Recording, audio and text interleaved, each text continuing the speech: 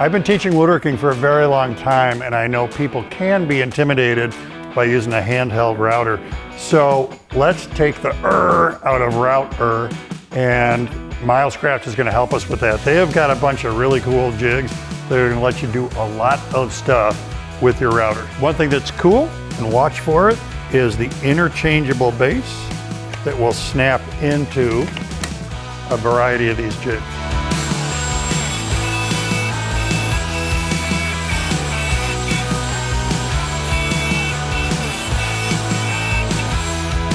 Very simple to use. Now switching to the edge guide.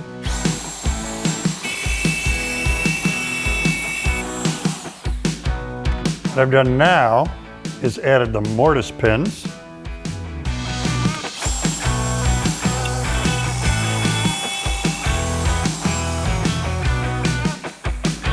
With CornerCut and a router bit, we can put a bunch of different profiles onto the corner of your work.